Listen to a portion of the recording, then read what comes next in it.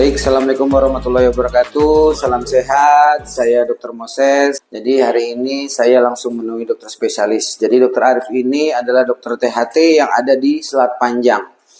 Jadi sedikit promosi ya dok ya. Dokter ini prakteknya di mana ya dok? Kira-kira dok. Iya. Jadi biar supaya masyarakat meranti kalau misalnya mau berobat biar gampang seperti itu. Monggo dok. Ya, terima kasih dok.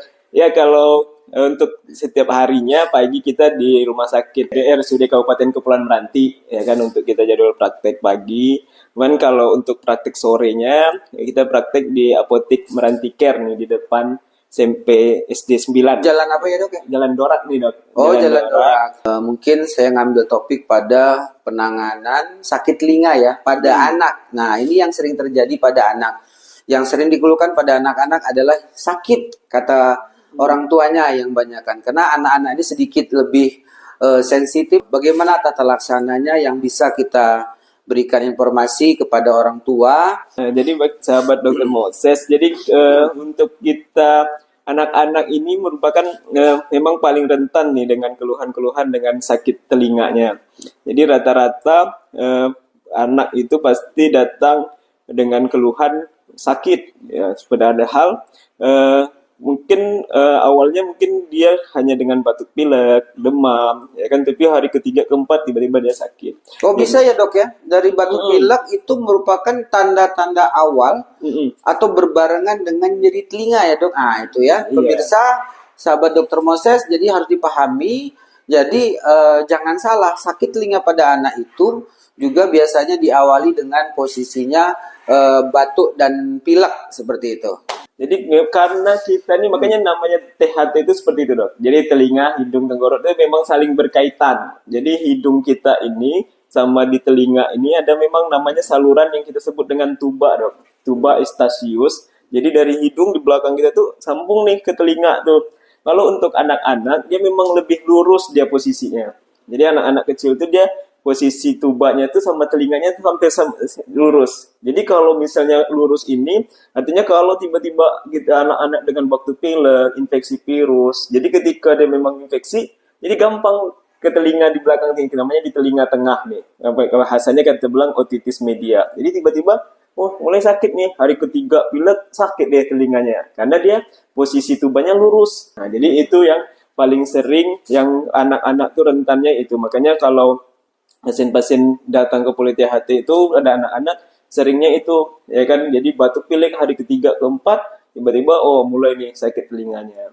Jadi upaya yang harus dilakukan apa kira-kira? Ya, jadi kalau pengobatan yang paling penting hati-hati ke anak, segera kalau batuk pilek jangan dianggap sepele. Kedua, kalau memang ya agak gede jangan dia suka bus-busin hidung. Nah itu juga tuh, jadi jangan kalau bersin buka aja mulutnya. Nah jangan sampai tutup hidung embus. Kalau sering tuh anak embus. Nah, jadi dia kayak lapang kan mulutnya. Tapi malahan kita seperti membuat infeksi yang lebih, membuat tekanannya ke telinga tengahnya lebih itu. Terus yang ketiga, kalau udah itu hati-hati jangan sampai masuk air. Itu juga tuh kadang kita itu sering tuh juga nih masuk air. Terus yang keempat, yang paling penting tuh kadang tuh orang dengan autisme itu kadang dia sering tuh ada tai telinganya tuh penuh tuh. Nah, yang perlu dilakuin sama sahabat Dr. Moses adalah dilarang nih ngorek-ngorek telinga sampai ke dalam. Nah, ingat ayah bunda yang punya anak ya, yang hobi ya mengorek-ngorek telinga, hati-hati ya. Hati-hati. Jadi lebih baik dan lebih oke ketika ayah bunda nggak perlu lagi ngorek-ngorek telinga sebenarnya. Nah, ya, depan-depan doangnya aja kalau gatal. Tapi kalau udah punya kebiasaan ngorek-ngorek telinga, ya sekarang dipegang-pegang depan aja dulu untuk sementara itu kan ya. Jangan sampai menjadi hobi yang rutin. Apa yang harus diantisipasi nih seandainya itu mempunyai peluang-peluang pada saat kita bisa menderita sakit itu terutama pada anak ya kan? Nah, silakan dok. Jadi tadi saya baru dua ya stadium, namanya stadium hiperemis tuh. Ketika dia udah mulai tuh merah, Dr. Moses. Jadi ketika udah mulai merah gendang telinganya namanya hiperemis, mulai agak sakit tuh rasanya. Udah mulai dia pegang-megang telinga nih pada anak. Kemudian masuk lagi stadium ketiga.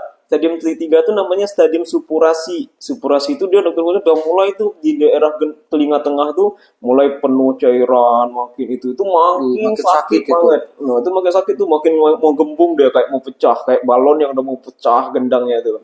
Jadi ketika sampai itu anak udah pegang itu baru dia Sangat sakit, sakit ya. pegang ya terus satu malam nggak tidur, pusing ibunya kan. Nah, jadi ketika sampai stadium ini, nah ini dia udah pakai sakit banget nih. Nah, ini ketika kuman yang di dalam itu dia lanjut terus, dokter maksudnya dia pecah lah dia sampai dia ke stadium keempat, perforasi dia. Pecah, dia bolong lah gendang telinganya. Ketika dia ada bolong, dia memang enakan, tapi keluar cairan terus dari telinganya. Keluar cairan. Nah, baru yang paling kita harapkan adalah baru 2 bulan tuh ketika dia udah bolong, dia stadium namanya terakhir, stadium resolusi. Stadium resolusi itu dia berharap sembuh kita kapan, berapa lama dia? 2 bulan. 2 bulan. Seandainya 2 bulan dia nggak sembuh-sembuh, berarti namanya OMSK lagi. OMSK. Dan nggak bisa lagi dia sembuh lagi, nutup tuh. Nah, itu dia jadinya. Jadi harapannya di stadium 1 ketika anak udah mulai sakit, ya wajib nih ke dokter, kita harus beli antibiotik, minum antibiotik itu karena kumannya bekerja terus tuh. Jadi kita berharap dengan dikasih obat antibiotiknya, dia memang dapat ininya, baru dia kumannya ini mati nih dikejar sama antibiotik. Jadi dia balik nih dari stadium yang mau supurasi tadi, yang mau gembung yang ke stadium ketiga, nah turunlah dia ke stadium 2, nanti turun lagi balik. Bertahap harapannya ya, ke situ, harapannya. Jadi harapannya. kalau udah mulai anak-anak sakit, ya kan, bagusnya ke dokter. Tapi diingat tadi dokter Arif sudah berbicara minum obat. Hati-hati ayah bunda. Jangan sembarangan minum obat atau beli obat sembarangan. Harus dengan resep dokter, harus dengan dosis yang ditepati, yang harus sesuai dengan rekomendasi dari tenaga medis. Ya, ingat. Jadi pesan-pesan terakhir dok, apa kira-kira? Berikutnya yaitu yang terakhir, kalau udah sakit telinganya, hati-hati jangan langsung ditetes-tetes dokter Moses. Akan dikasih obat tetes dokter Moses ketika dia namanya stadium perforasi tadi. Ketika dia ada keluar cairan banyak, itu wajib diteteskan. Harus hati-hati kali. Ya kan, karena telinga ini memang sensitif dan tidak semuanya harus dengan obat tetes telinga. Penutupnya ya artinya jaga telinga kita, jaga kesehatan hidung kita, jaga tengkorok kita, ya kan, terutama dengan kodok amandel anak ini, ya hati-hati minum es, hati-hati dengan jaga ini. Jika memang ada keluhan yang memang dikhawatirkan, ya dikirain ketemu dokter THT-nya. Ya, oke ayah bunda, sahabat permisa dokter Moses, semoga ilmu ini bisa bermanfaat. Oke, itu aja mungkin yang bisa disampaikan. Sahabat dokter Moses, terima kasih. Semoga bermanfaat semuanya. Salam sehat. Salam sehat. Oke.